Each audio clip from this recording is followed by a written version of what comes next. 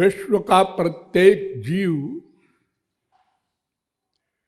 केवल एक वस्तु चाहता है जिसका नाम आनंद है। इसी के लिए इतने बड़े संसार में प्रत्येक क्षण विचित्र विचित्र विलक्षण विलक्षण कार्य हो रहे हैं। एक वस्तु को पाने के लिए प्रमुख रूप से एक कर्म मार्ग है, एक योग मार्ग है, एक ज्ञान मार्ग है, एक भक्ति मार्ग है। ये चार रास्ते बनाए हैं आनंद पाने के लिए। इनमें कर्म मार्ग बहुत ही कठिन है। उसमें 6 शर्तें हैं। उन शर्तों को पूरा करे तो कर्म बने,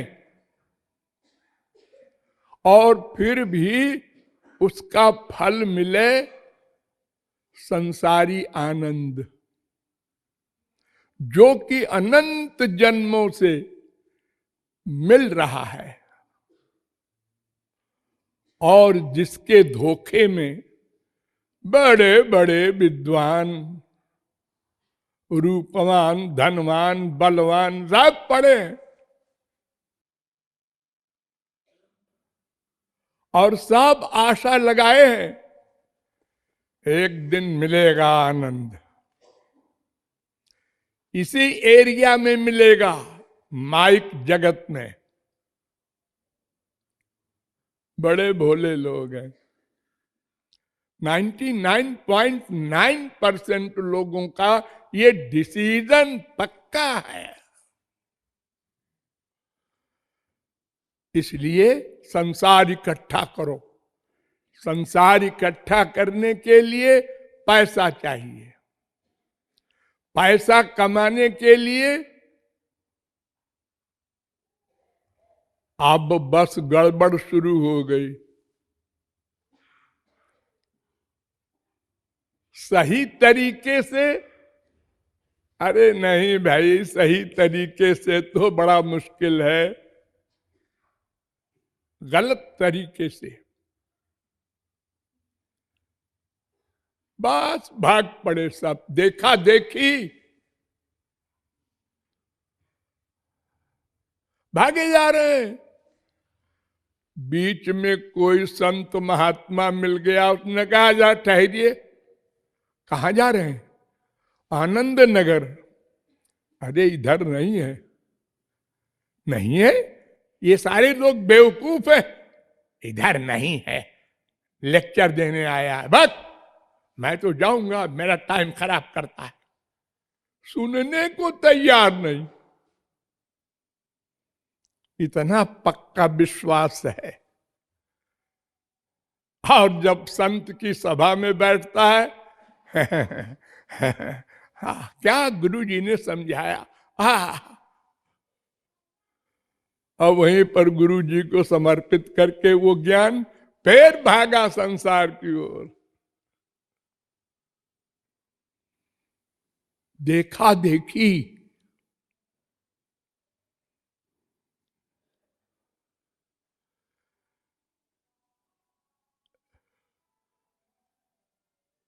तो अगर संसार में सुख है भी तो कर्म मार्ग से ही मिलेगा ना।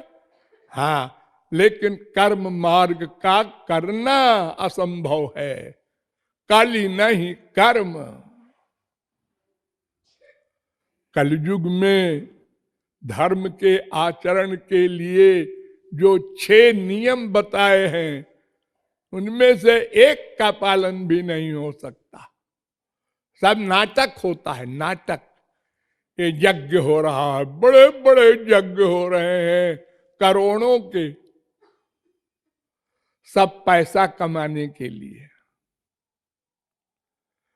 जितना परमार्थ दिखाई पड़ रहा है वो भी पैसे के लिए। मंदिरों में भीड़ है, हो वैष्णो देवी, हो तिरुपति के मंदिर, ये भक्ति है? नहीं नहीं, सब पैसे के लिए जाते हैं वहां, संसार मांगने, उसकी भीड़ है, परमार्थ की नहीं है, एक भी नहीं मिलेगा। देखिए, मैं एक पॉइंट आपके सामने रखता हूं, जरा ध्यान से सुनिएगा।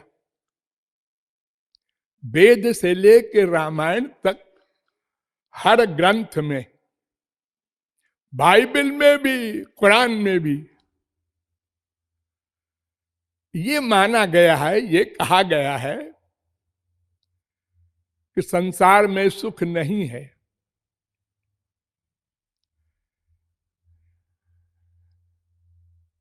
ईसा मसीह से एक ने पूछा कि तुम हमेशा मस्त रहते हो, तुम्हें कोई चिंता नहीं, फिक्र नहीं, ऐसा क्यों, कैसे होता है? तो उन्होंने पूछा मुस्कुरा के, तुम क्या करते हो? हम राजा हैं एक। हाँ, तो तुम सब राजवाज गद्दी छोड़ के, धन वन छोड़ करके दान कर दो और मेरे पास आ जाओ, फिर देखो मैं बताता हूं ये मस्ती कैसे मिलती है। हाँ, छोड़ के आ जाओ, ये तो नहीं होगा, तो फिर ये मस्ती नहीं मिलेगी, लौट जाओ। भगवान ने अपने श्रीमुख से 10 बार कहा है भागवत में खाली, तम भ्रंशयामि संपद्भ्यो यस्य चेच्छाम्यनुग्रहम्। मैं जिस पर कृपा करता हूं उसका संसार छीन लेता हूं। ध्यान दो, श्री कृष्ण का वाक्य है। संसार माने माँ बाप, बेटा, स्त्री, पति, धन, प्रतिष्ठा, ये सब संसार है, ये मैं छीन लेता हूं। जैसा कि कुंती ने भगवान से सामने वर मांगा, विपदा संतु न शाश्वत, महाराज हमको दुख दुख दो, संसार सब छीन लो मेरा, ताकि आपकी ओर मैं जाऊं।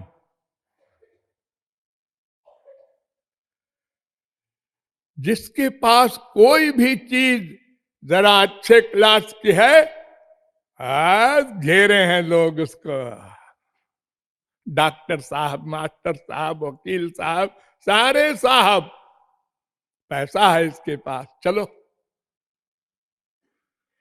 दिवालिया हो गया, अब सेठ जी बुलाते हैं, अरे डॉक्टर साहब सुनिए जरा, जरा खड़े हो गए, अगर भले आदमी है तो। हमारी बीबी बहुत सीरियस है, टाइम नहीं है, मैं एक मरीज देखने जा रहा हूं, वो भी सीरियस है। हे आज टाइम नहीं है, कल तक तो बिना बुलाए आते थे हमारे यहाँ। अरे गधे, तेरे लिए नहीं आते थे, वो जो था ना तेरे पास उसके लिए आते थे। झूठ मूठ को मैं कह देता था, तुम्हारे बेटे को ये गड़बड़ होने वाली है, इसका ये इलाज करो, और पैसा कमाता था।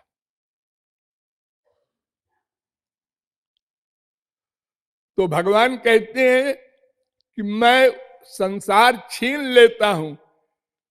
कृपालु पूछता है कि ये करोड़ों लोगों की जो भीड़ होती है कुंभ में, अथवा जो जाते हैं मक्का मदीना करोड़ों लोग, उनमें वो आदमी हमको लाकर दिखा दो जो इस श्री कृष्ण के वचन को मानता हो।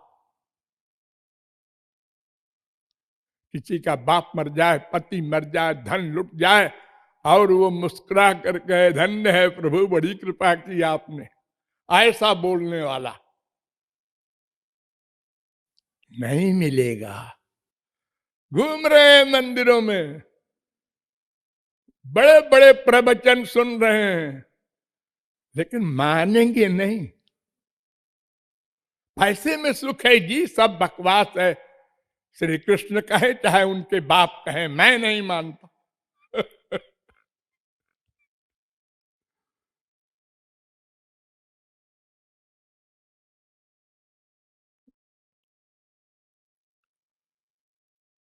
तो संसार अगर किसी को मिल भी जाए, पहले तो कमाने पर भी मिले, ये कंपलसरी नहीं है। नोट करो इस पॉइंट को।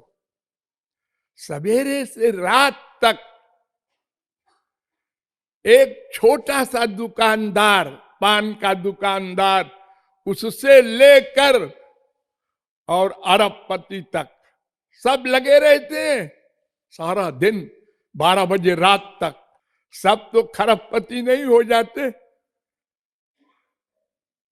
अरे मेहनत तो सब करते हैं, वो खरबपति का मेहनत करता है। फोन कर दिया, बहुत से बहुत बहुत बैठा है गद्दी पर।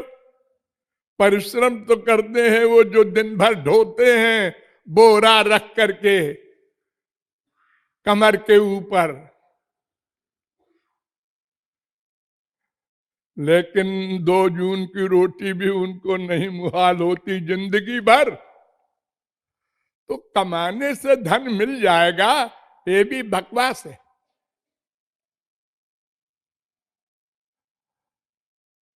अरे सभी प्रयत्न कर रहे हैं और सभी समझते हैं हम बड़े काबिल हैं।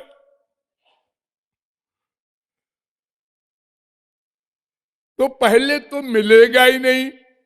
हमारी कल्पना और योग्यता और परिश्रम के बल पर हम अरबपति बन जाएंगे। और अगर मिल भी जाए तो जो थोड़ी बहुत भगवान के प्रति मान्यता है वो भी गई। नहीं को अस जन्मा जग माही, प्रभुता पाही जाही मद नाही। राम ने बाली को मारा, सुग्रीव को राज्य दे दिया। बहुत दिन बीत गए। राम ने कहा लक्ष्मण, सुग्रीव आया नहीं। उसने कहा था हम सीता माता की खोज के लिए हेल्प करेंगे। लक्ष्मण ने कहा हाँ भैया, आया नहीं, शायद विशेष बीमार उमार हो गया हो। हाँ जरा जाके देखो। तो लक्ष्मण गए तो राजा था। राजा के पास सीधे तो कोई जा नहीं सकता। उन्होंने नौकर से कहा कि अपने राजा से कहो लक्ष्मण आए हैं। तो सिर्फ लक्ष्मण, अरे वो राम के भाई लक्ष्मण होंगे, पूछो तो कहां से आए हैं। पूछा उसने, अयोध्या से आए हैं।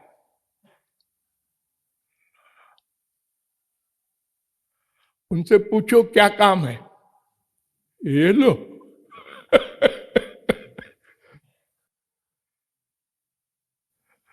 हो लक्ष्मण जी अकड़ते हुए चले गए सामने। नौकरों से कहा हटो।